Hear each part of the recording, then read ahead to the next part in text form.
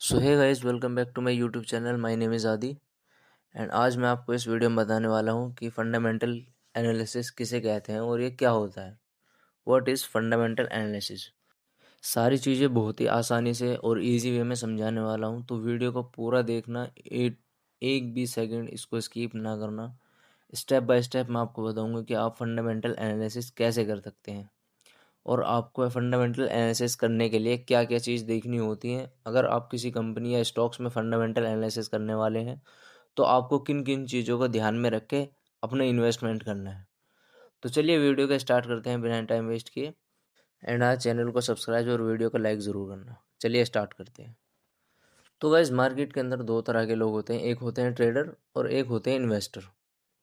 Basically इनके बीच में differences क्या होते हैं, ये भी मैं अभी आपको बताने वाला हूँ। ट्रेडर जो होते हैं वो 3 तरह के होते हैं।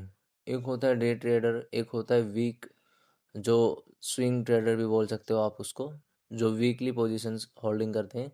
तो पहले बताता हूँ डे ट्रेडर। इनको क्या होता है गाइस, इनको एक ही डे में अपना एंट्री, एग्जिट, प्रॉफिट, लॉस एक ही दिन में इन्हें सिंगल डे उसी में डिसाइड करना होता है। और उसी में अगर इनका ट्रेड प्रॉफिट में हो या लॉस में, एक ही डे में इनको प्रॉफिट या लॉस बुक भी करना होता है। ये होते हैं गाइस इंट्राडे ट्रेडर, जो एक ही दिन में अपना प्रॉफिट लॉस डिफाइन करते हैं। दूसरे नंबर पे गाइस ट्रेड्स को होल्ड करते हैं वीकेंड्स के लिए, वीक्स के लिए। जैसे 1 से 2 हफ्ते, 2 से 3 हफ्ते, ऐसे वीक्स के लिए होल्डिंग करना। वो आ जाते हैं गाइस दूसरी कैटेगरी में, उनको बोलते हैं हम स्विंग ट्रेडर। वो होते हैं स्विंग ट्रेडर जो हफ्तों के लिए अपनी ट्रेड्स को होल्ड करते हैं। वो होते हैं स्विंग ट्रेडर। मंथ जो गाइस मंथ के लिए होल्ड जो करते हैं उनको भी स्विंग ट्रेडर ही बोलते हैं, बस वो थोड़ा लंबे टाइम के लिए अपनी ट्रेड्स को होल्ड कर लेते हैं। तो ये भी स्विंग ट्रेडर में ही आता है। इतना समझ आया। डे ट्रेडर जो होता है वो इंट्राडे होता है, वीक पोजीशन, मंथ पोजीशन ये हमारे स्विंग ट्रेडर में आते हैं। तो ये हो गया गाइस हमारा ट्रेडर। तो मार्केट में दूसरी तरह के लोग होते हैं इन्वेस्टर। इन्वेस्टर क्या करते हैं गाइज, वो अपने ट्रेड्स को होल्ड करते हैं। जैसे 1 से 2 साल के लिए, 1 to 2 years, ओके, 1 से 2 साल के लिए या 5 से 10 साल के लिए, जिनको लंबी लंबी अपनी ट्रेड्स को होल्डिंग्स करना होता है। तो गाइज ये फंडामेंटल एनालिसिस जो होता है ये करना होता है एक इन्वेस्टर को। अगर आप ट्रेडिंग कर रहे हैं, खाली आपको डे ट्रेडर या स्विंग ट्रेडर बनना है, वो भी इसमें भी करना होता है, लेकिन ज़्यादातर जो होते हैं ये इन्वेस्टर यूज़ करते हैं। यहाँ पे लिख देता हूँ 5 to 10 years, 5 to 10 years, okay. तो 5 से 10 साल या 1 से 2 साल के लिए जो ट्रेड्स को जो होल्ड करते हैं वो होते हैं इन्वेस्टर। इतना समझ आया। ट्रेडर और इन्वेस्टर में डिफरेंस समझ आ गया गाइस। आई होप आपको समझ आ ही रहा होगा, क्योंकि बहुत ही आसान करके बता रहा हूँ सारी चीज़ों को। ओके। तो ये जो होता है हमारे इन्वेस्टर, इन्हीं के लिए ज़्यादातर जो होता है, मोस्टली इम्पोर्टेंट जो होता है वो इन्वेस्टर के लिए ही फंडामेंटल एनालिसिस होता है।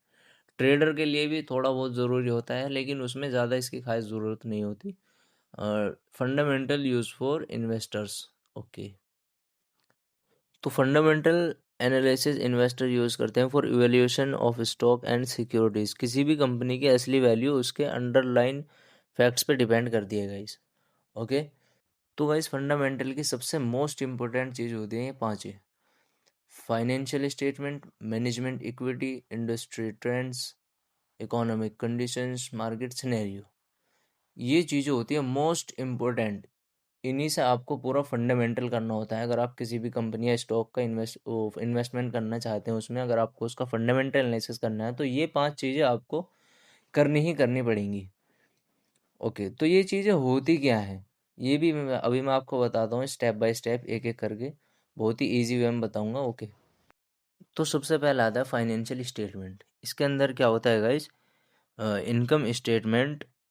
एक तो आपको इसके अंदर देखनी होती है इनकम स्टेटमेंट कि मार्केट एक्चुअल में प्रॉफिटेबल है या नहीं है। अगर आप किसी भी कंपनी का स्टॉक उठाते हैं, तो आपको कंपनी की बैलेंस शीट चेक करनी पड़ेगी, उसको देखना होता है। इंटरनेट पे, वेबसाइट पे मिल जाएगी। तो इसी में आता है guys balance sheet. Balance sheet से हमें क्या पता चलता है, स्पेसिफिक डेट पे कंपनी के पास कितने एसेट्स, लायबिलिटीज और इक्विटी हैं, ये हमें बैलेंस शीट से पता चलता है। लिख देता हूँ यहाँ पे assets assets, wait a second, हाँ, एसेट्स एंड लायबिलिटीज और इक्विटी। उसके बाद आपको चेक करना होता है cash flow statement. Cash flow statement हमें बताता है कि कंपनी कितनी फाइनेंशियल स्टेबल है या नहीं है। ये हमें बताता है कि कंपनी के ऊपर कोई लोन तो नहीं है, ये कंपनी कर्जे में तो नहीं चल रही है, और कंपनी के पास कितना कैश है और उसको कैसे यूटिलाइज कर रहे हैं। फॉर एग्जांपल कि कैपिटल एक्सपेंडिचर के लिए या डिवाइडेड पेमेंट के लिए, ये हमें कैश फ्लो में पता चलता है। ऑलराइट, तो मैं स्क्रीन पे सभी के एक बार ही लिख देता हूँ जिससे कि आपको याद रहे।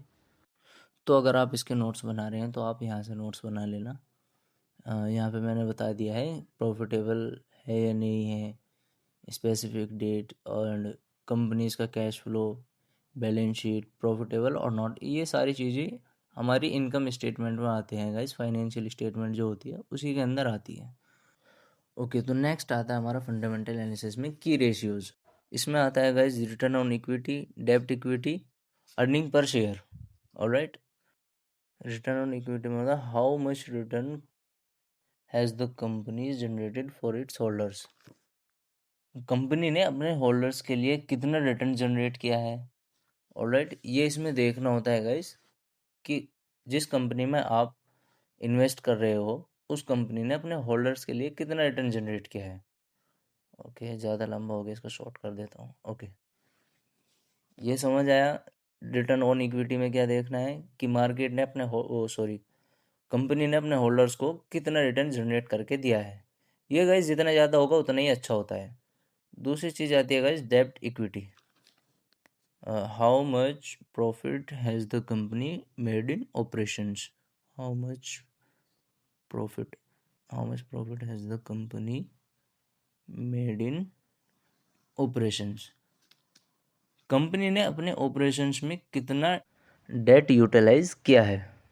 ऑलराइट, ये भी समझ आया।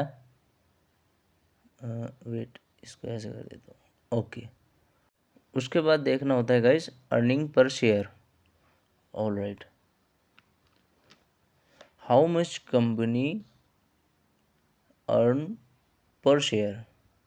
कंपनी ने पर शेयर पे कितना कमाया है, शेयर पे कंपनी को कितना अर्निंग हुआ है, या ऐसे भी बोल सकते हो इसको कि कंपनी एक शेयर पे कितना अर्न कर रही है, कितना प्रॉफिट कर रही है, कितना कमा रही है।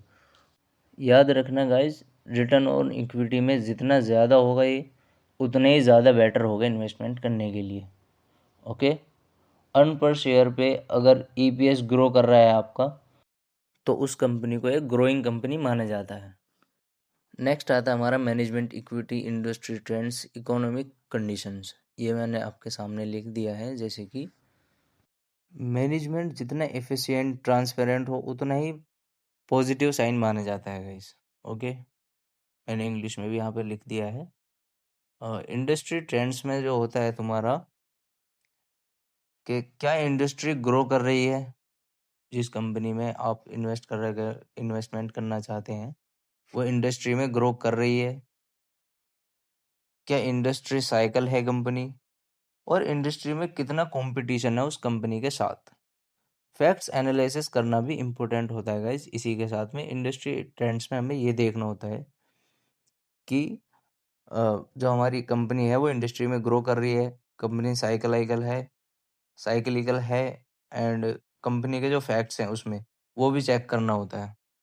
ऑलराइट, इकोनॉमिक कंडीशंस में हमारा जो होता है मार्केट की कंडीशंस चेक करनी होती हैं। ओवरऑल मार्केट की कंडीशंस हमें चेक करना क्यों ज़रूरी होता है, क्योंकि guys most important thing is market के अंदर बुलिश मार्केट में अलग स्ट्रेटेजीज काम करती हैं, एंड बेयरिश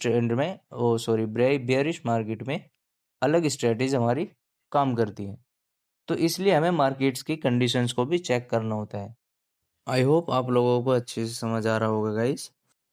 अगर किसी कंपनी का इंट्रिंसिक वैल्यू उसके मार्केट प्राइस जो होता है उसका करंट प्राइस उससे ज़्यादा हो तो ऐसी कंपनी को गाइस जनरली अंडर वैल्यूड माना जाता है। If A company intrinsic value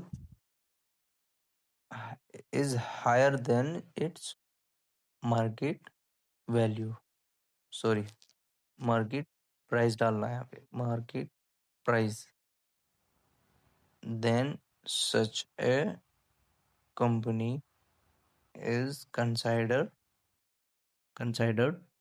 to undervalued। Okay, इतना समझ आया गाइस।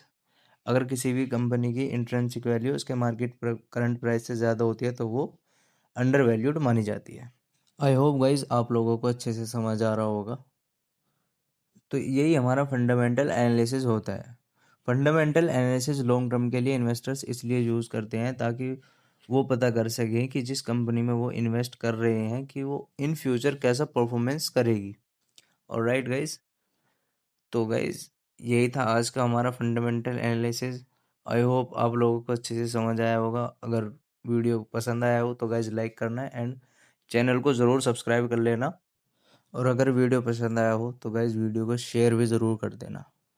एंड गाइस वीडियो को लाइक कर देना, बहुत मेहनत से वीडियो बनती है यार। एंड चैनल को ज़रूर सब्सक्राइब कर देना। So thank you so much, tata bye bye, मिलते हैं अपने नेक्स्ट वीडियो में।